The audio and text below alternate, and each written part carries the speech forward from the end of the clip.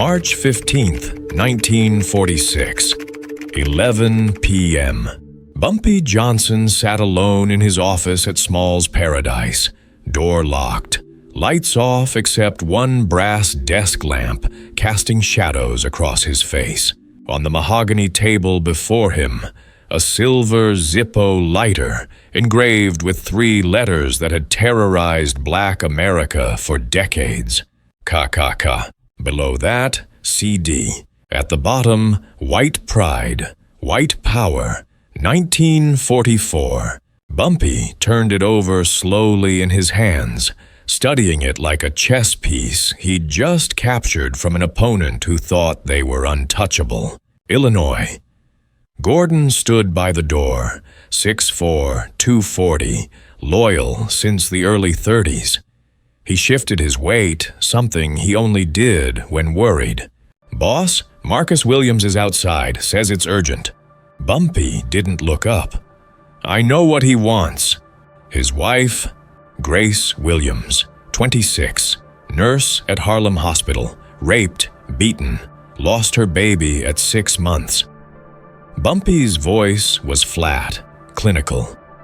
"I know. I heard 2 hours ago." Illinois waited. Bumpy set down the lighter, finally looked up. His eyes were cold, calculating. The look of a man who'd made a decision that would reshape everything. "If I give Marcus what he's asking for, there's no going back. FBI will come. NYPD will come. Every white supremacist from here to Mississippi will make Harlem a target." "So you gonna say no?" Bumpy stood, walked to the window overlooking 135th Street. Harlem sleeping, or pretending to sleep, because Harlem never truly rested. Not with rent double what white neighborhoods paid, not with police treating them like occupied territory, not with the Klan operating in New Jersey, 20 minutes away, hunting black women for sport. "The Klan has used crosses for 100 years, Bumpy said quietly. Burned them in front of churches, planted them on lawns as warnings, took a symbol of faith and made it a weapon of terror." He turned back to Illinois. "Tomorrow morning, Harlem is going to see something America has never seen. A white man on a cross, not burning, hanging." Illinois' eyes widened. "In the middle of Harlem? 135th and Lenox. The heart, where everyone will see. Boss, that's a declaration of war."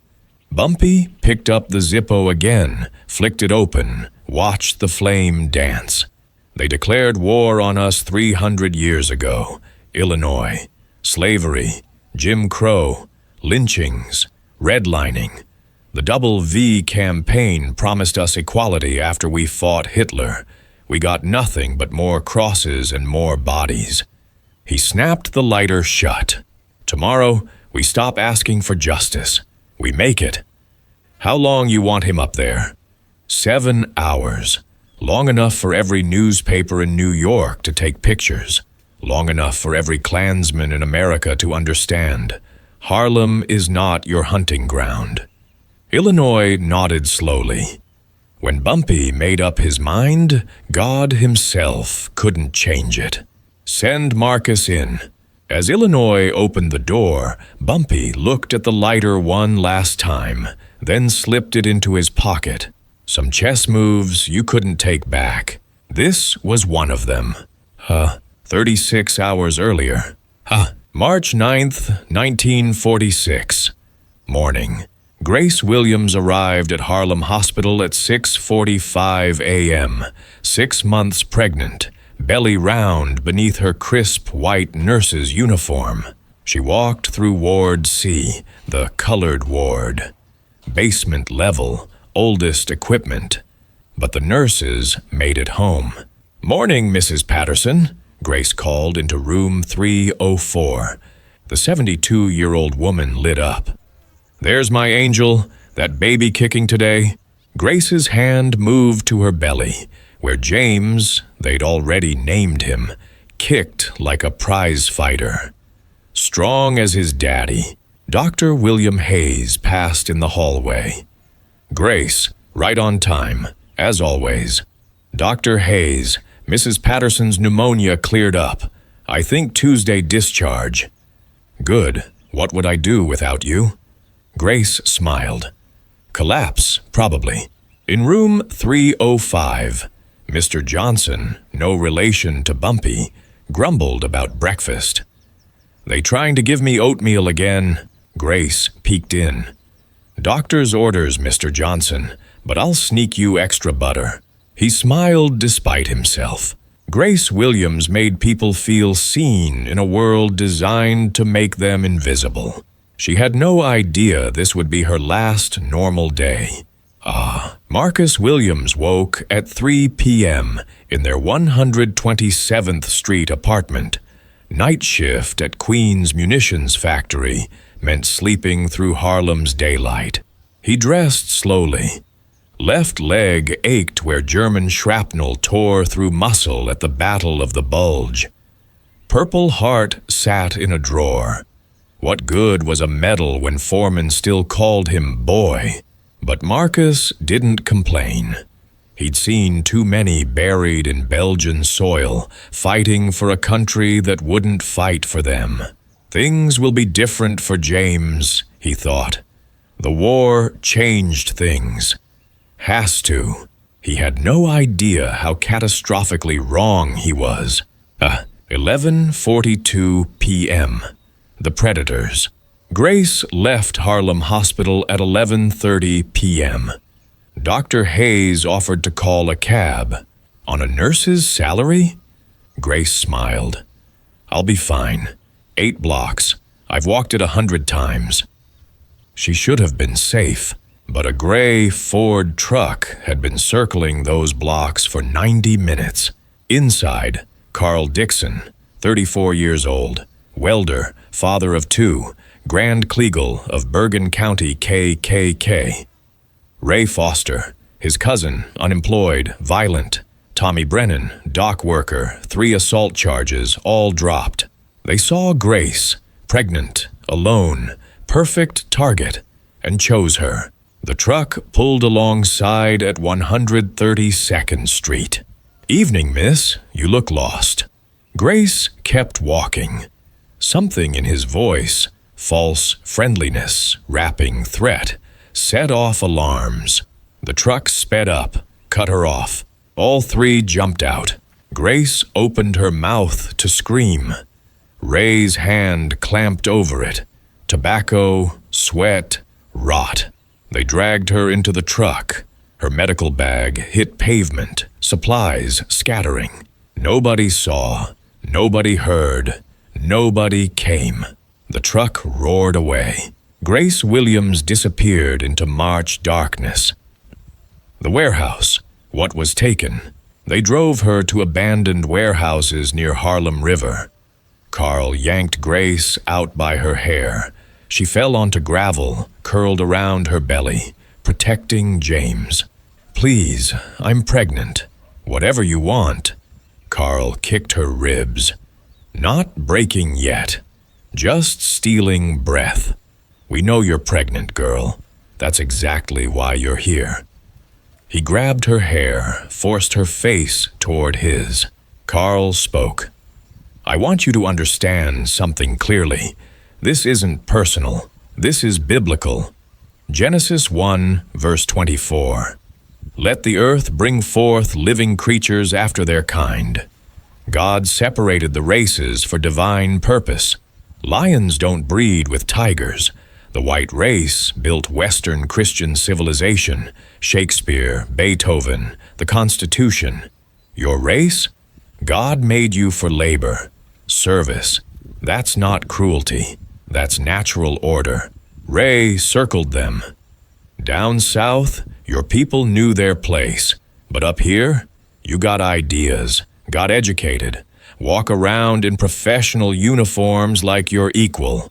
Tommy added, my cousin fought in the Pacific, came home to find coloreds in his factory job. Roosevelt sent you boys to Europe with guns, and now you think that made you American.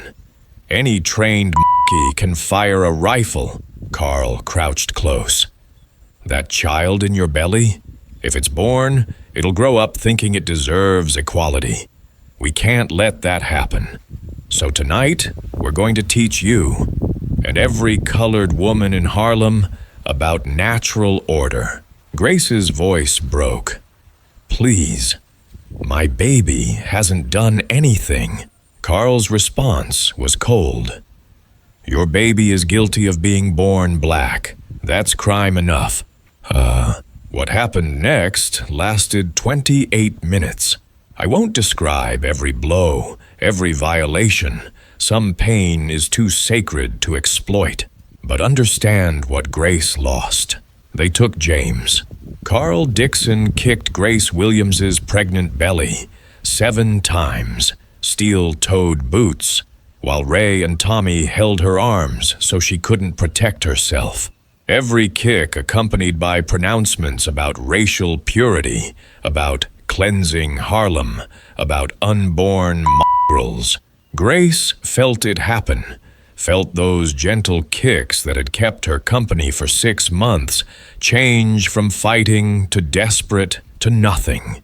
Just silence inside her. She knew before any doctor would tell her. Her son was dead.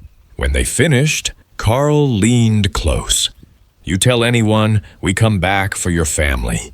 We're everywhere. Cops, judges, City Hall. Can't touch us. As they left, Carl's Zippo, his prized possession, slipped from his pocket onto concrete. He didn't notice. They drove away laughing. Grace lay on that cold floor, smelling rust and motor oil, feeling wetness spreading down her thighs, blood and amniotic fluid, and whispered one word over and over. James, James, James. 3:17 a.m. The discovery. Samuel Tucker, homeless 7 years, found Grace collapsed on the sidewalk 3 blocks from the warehouse. He ran to a payphone. I need an ambulance. Woman attacked. She's pregnant. She's dying. 129th and Lenox. Please. Then he ran back, knelt beside her, held her hand. Help's coming. Hold on. Grace's lips moved. Baby.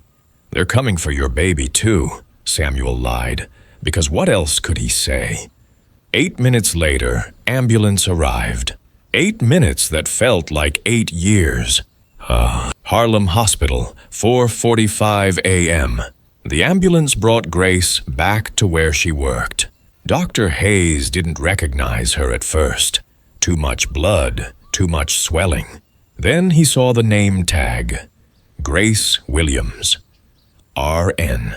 Oh God, Grace. He grabbed the gurney himself. Get me an OR, now. Someone call OB. Move. Nurses who'd worked beside Grace for years had to cut away her clothes, catalog injuries. Some cried. All were silent. Surgery took 90 minutes. Dr. Hayes performed emergency cesarean delivery, knowing even as he made the first incision it was too late. He lifted the baby out, a boy, perfectly formed, 6 months developed. So small, so perfect, so still. James Marcus Williams had died hours ago in that warehouse, from trauma of repeated kicks. Dr. Hayes cut the cord, wrapped the baby in a blanket. Time of death, approximately 1 a.m., March 10th, 1946. He turned back to Grace, worked to save at least her. That he could do. At 6:42 a.m., Dr. Hayes walked to where Marcus had been standing for 90 minutes. Marcus hadn't moved, hadn't sat, just stood with fists clenched so tight blood dripped from his palms. Marcus. Dr. Hayes's voice cracked. Grace is stable. She's alive. She'll survive. Marcus exhaled, first breath since arriving. The baby, Dr. Hayes's eyes filled with tears. I'm so sorry. The trauma was too severe. We delivered him, but he was already gone. A boy, just like you both thought. Perfect, healthy. I'm so sorry, Marcus. Marcus didn't scream, didn't collapse. He just stood there while something essential inside him died alongside his son. Belief in fairness, in justice, in America's promises. Can I see her? Marcus sat beside Grace's bed, took her bandaged hand gently, and finally let himself cry. Silent tears for the son he'd never meet. The son who died because white men decided his life didn't matter. 20 minutes later, Marcus stopped crying, wiped his face, stood up. Nurse Dorothy came in, placed something on the table, a silver Zippo lighter. Grace had this clutched in her hand, wouldn't let go until anesthesia took her. One of them dropped it. Marcus picked it up with shaking hands. KKK CD White Pride. White Power, 1944. He stared at it, then looked at Dorothy. Police come? Dorothy's face told him everything. Yes, took a statement, said they'd investigate. No hope in her voice, none in her eyes. Marcus pocketed the lighter, kissed Grace's forehead. Where are you going? To see someone who can help. Marcus, please don't. He turned at the door. I regret not being there to protect her. I regret believing this country would change. I regret thinking my son would grow up in a better world. His jaw tightened. Now I'm making sure no other father has these regrets. Dorothy knew exactly where he was headed, to Bumpy Johnson. Small's Paradise, 8:15 a.m. Marcus pounded on the back door until Illinois opened it. We're closed. My wife was raped. They killed my baby. I need Mr. Johnson. Illinois' expression shifted immediately. Wait here. 5 minutes later, Marcus sat in Bumpy's office. No gold, no flash. Just bookshelves. Shakespeare beside W.E.B. Du Bois. Langston Hughes next to Frederick Douglass. Chess set mid-game. Billie Holiday on the record player. Bumpy Johnson. 41. Reading glasses on. Read the New York Times. He didn't look up. Illinois says your wife was attacked. Yes, sir. Sit. Bumpy finished his paragraph. Folded the paper precisely. Removed glasses slowly. Only then did he look at Marcus. Marcus Williams, 761st Tank Battalion, Battle of the Bulge, Purple Heart, Bronze Star. You came home expecting gratitude. That fighting fascism overseas meant defeating it here. Marcus was surprised. You know me? I know everyone who matters in Harlem. I know you couldn't find work for 3 months because hiring managers saw your medals and got nervous. I know you married Grace in 44, right before shipping out. I know she's the best nurse at Harlem Hospital. Bumpy leaned back, and I know you believed America would be different after the war, that the country you nearly died for would finally treat you like a man. Marcus's jaw tightened. I was wrong. Yes. Bumpy's voice wasn't cruel, just factual.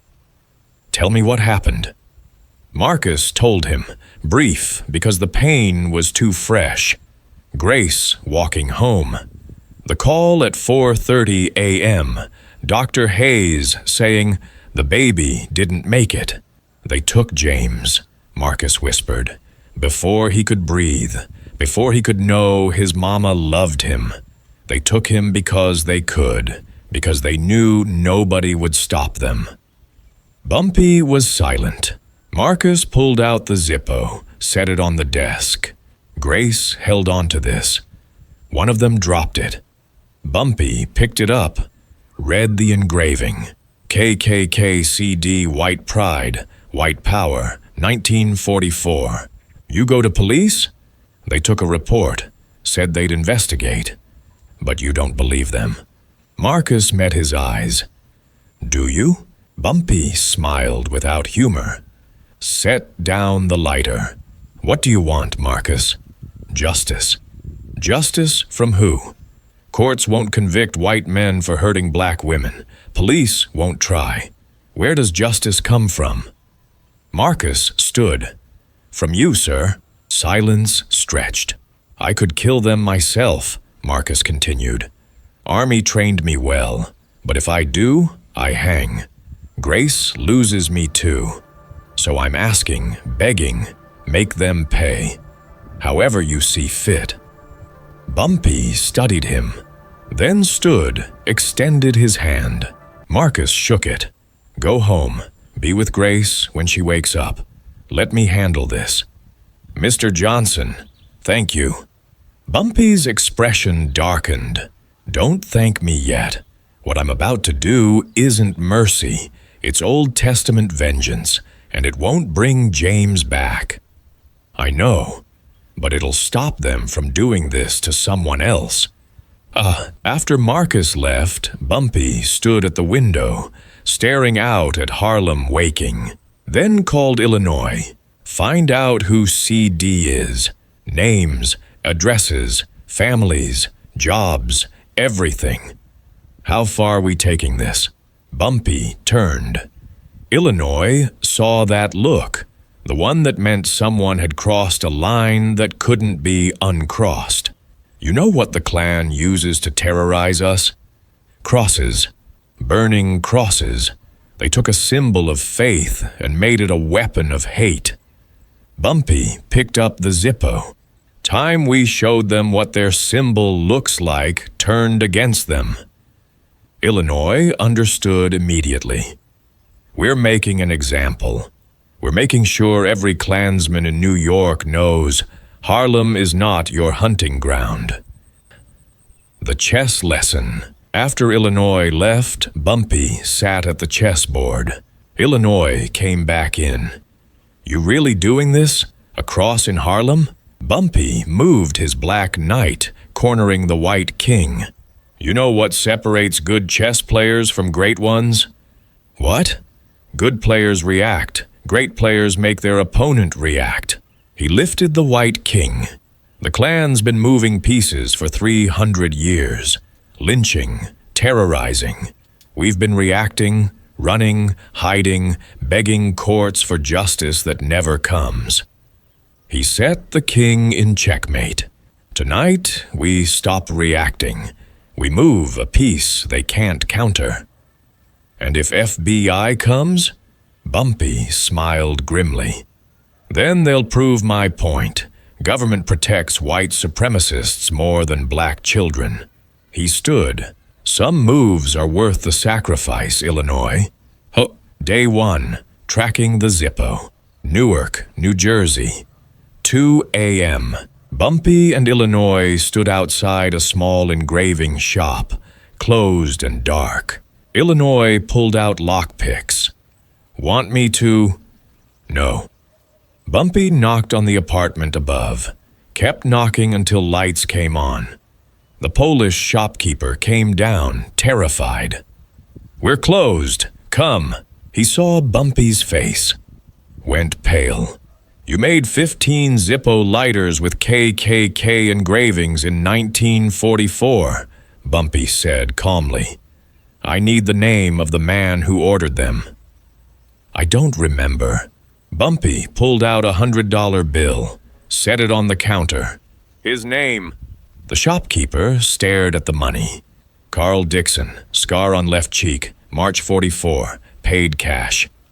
Bumpy added another 100. Where does he live? Hesitation. Bumpy added a third. 412 Elm Street, Newark. Apartment 3B. Works at the shipyard. Bumpy slid the money across. You never saw me. Never saw who? Outside, Illinois asked.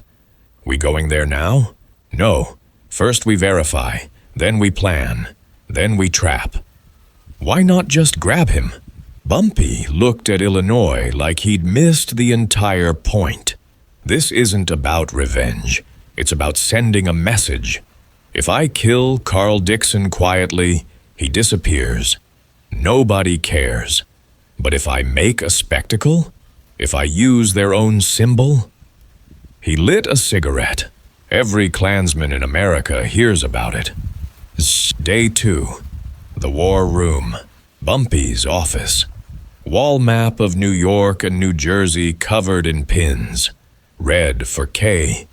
K sightings. Blue for attacks on black people. Illinois brought files.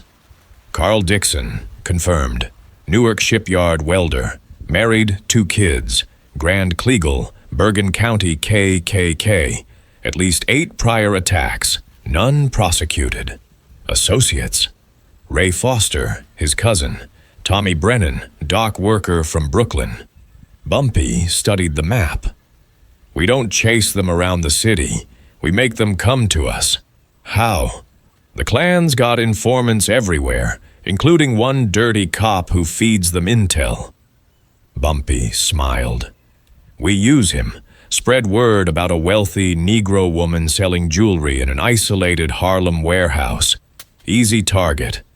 And if they don't bite? Greed always bites, especially greed wrapped in righteousness. Day 3. The bait.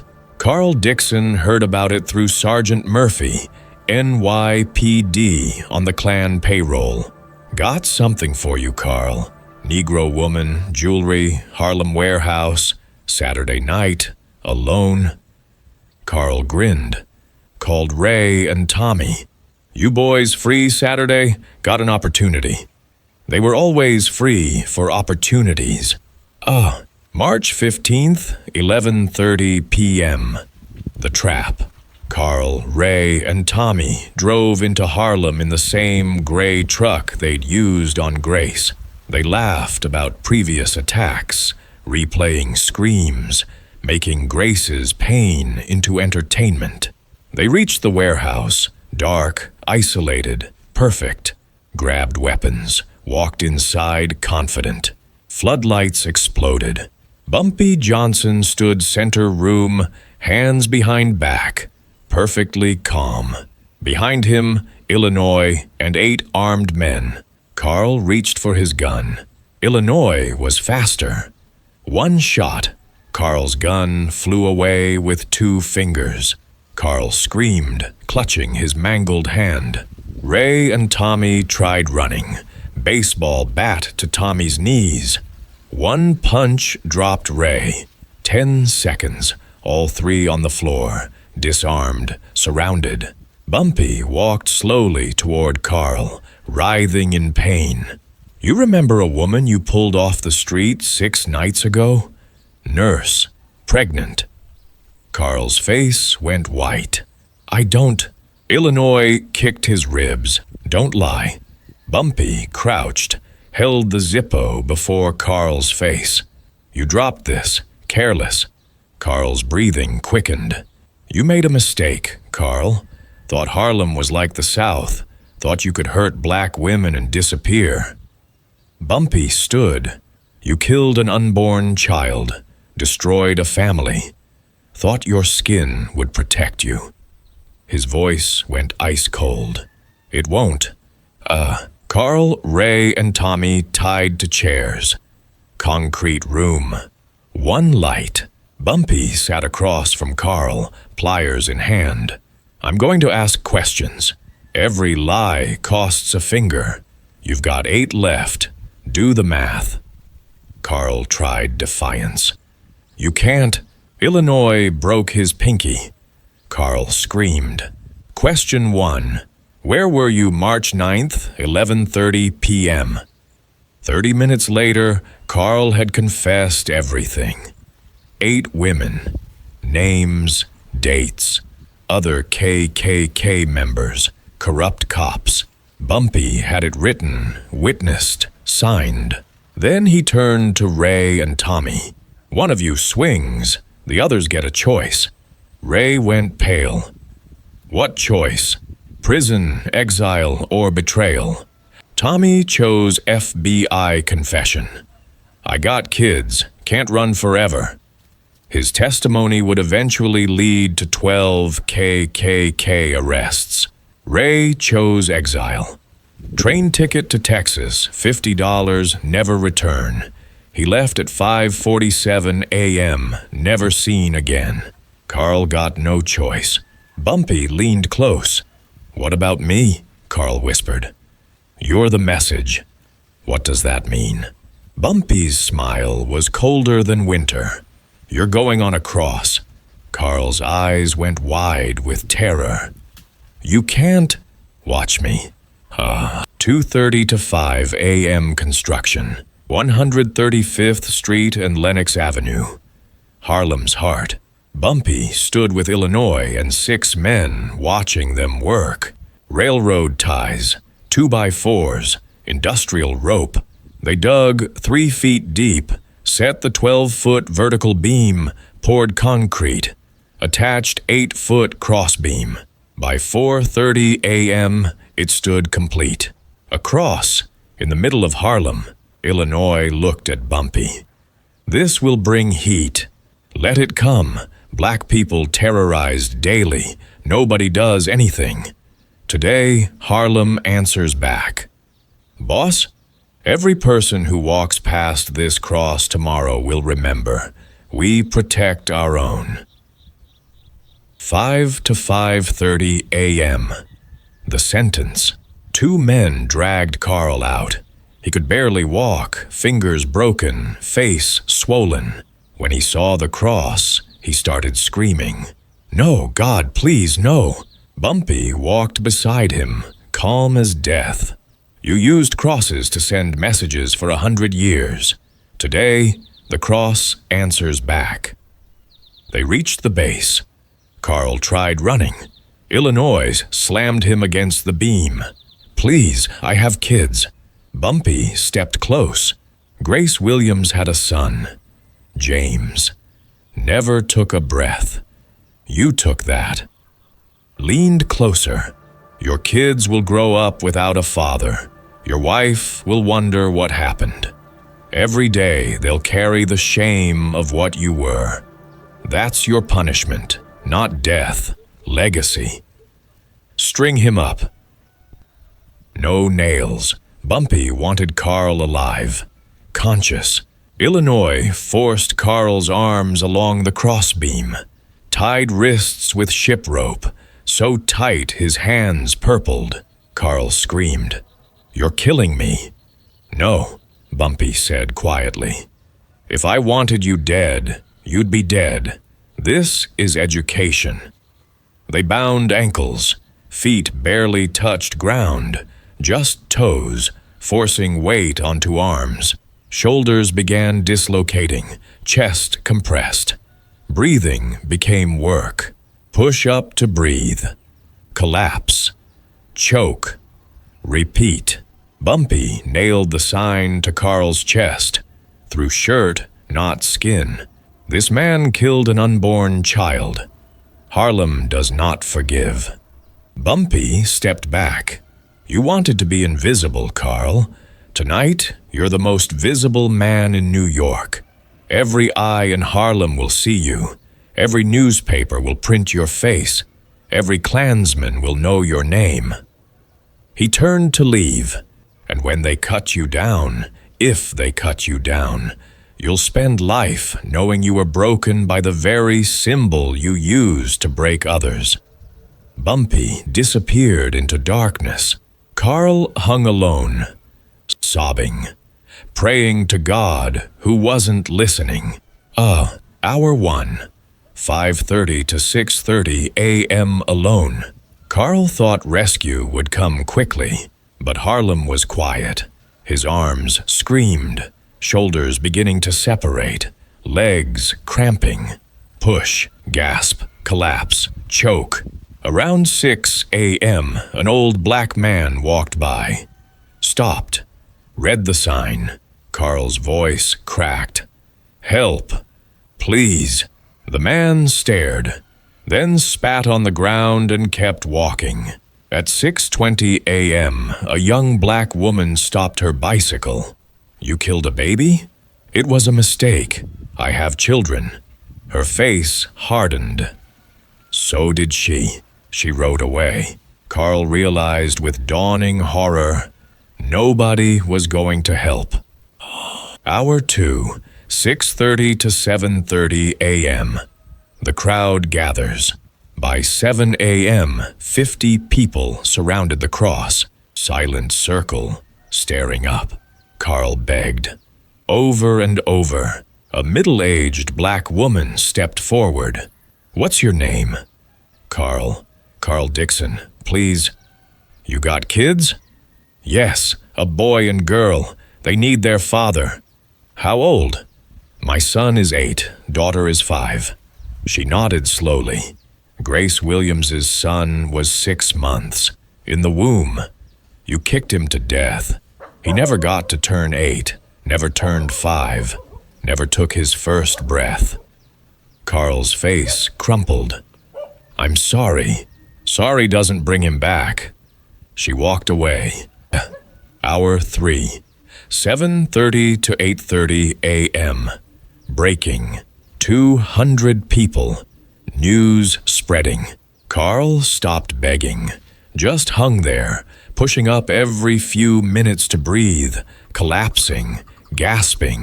Sunlight hit his face, skin burning, dehydration setting in. A teenage boy shouted, "How's it feel, white man? How's it feel to be powerless?" An older man pulled him back. "Don't waste words, son. Let him hang." A little girl tugged her mother's dress. "Mama, why is that man on a cross like Jesus?" Her mother looked down, then up. "Because, baby, sometimes people who use God's symbols to hurt others need to learn what those symbols really mean." Hour 4, 8:30 to 9:30 a.m. Anger phase. Carl's pain turned to rage. "You goddamn nigger. This makes you righteous? You're all going to hell." A woman in church clothes looked up calmly. "We might be going to hell, Mr. Dickson, but you're already there." Carl cursed, threatened K revenge. Nobody responded. They just watched. By 9 a.m., his voice gave out, just rasping gasps. Hour 5, 9:30 to 10:30 a.m. Police arrive. NYPD Captain Halloran arrived with 20 officers, stopped 2 blocks away. "Sir, we need to..." "We wait." "But he's white." Halloran lit a cigarette. "You know how many black women were raped in this precinct last year? 47. Cases solved? 3. Know why? Nobody cares." He pointed at the cross. "That man is Carl Dickson. We've had complaints before. Every time, we let it slide." "So we just let him hang?" "We wait. We let Harlem have this. When they're done, we take him down and pretend we don't know who did it." Hour 6, 10:30 to 11:30 a.m. Grace. 400 people now. Cameras, reporters. Carl barely conscious. Sunburned. Delirious. At 11:15 a.m., the crowd parted. Marcus pushed a wheelchair through. In it, Grace Williams. Against doctor's orders. Against Marcus's pleading. "I need to see him," she'd said. "Need him to see me." Marcus wheeled her to the front. Grace looked up at Carl. Broken, barely alive. Carl's eyes opened. Focused on her face. Recognition flickered. Grace said nothing. Didn't cry. Didn't scream. Just stared with eyes that had seen her son die.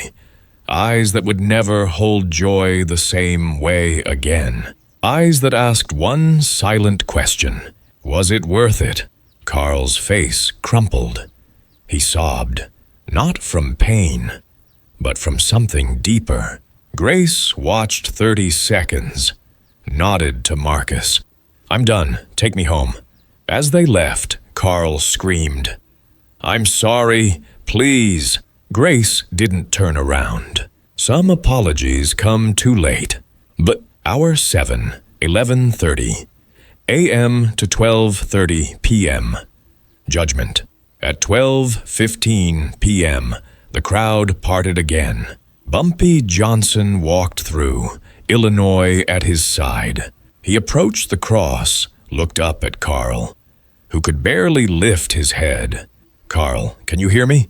Carl's voice was a rasp. "Water." Bumpy nodded. Illinois climbed up, held a cup to Carl's lips. Carl drank desperately, coughing. Bumpy waited. 7 hours, Carl. 7 hours on this cross. You feel that pain? That helplessness? That's 1% of what Grace Williams felt.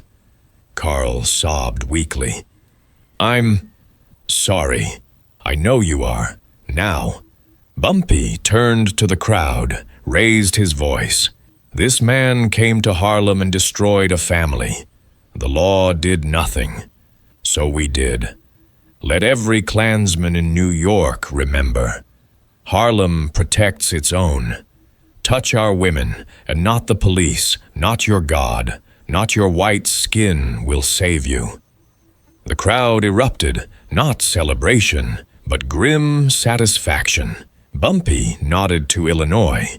"Cut him down." Carl collapsed. Police rushed in, took him to hospital.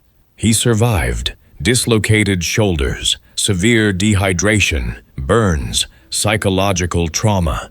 Arrested for public disturbance. Charges dropped 3 days later. Carl Dickson left New York and vanished. Some say heart attack in Montana, 1953. Others say he's still alive, still looking over his shoulder. Nobody knows. Maybe that's the worst punishment. To be erased, to become nothing but a cautionary tale. Grace and Marcus. Grace spent 2 weeks hospitalized. Marcus handed her an envelope when discharged. $5,000 cash. Note, for James.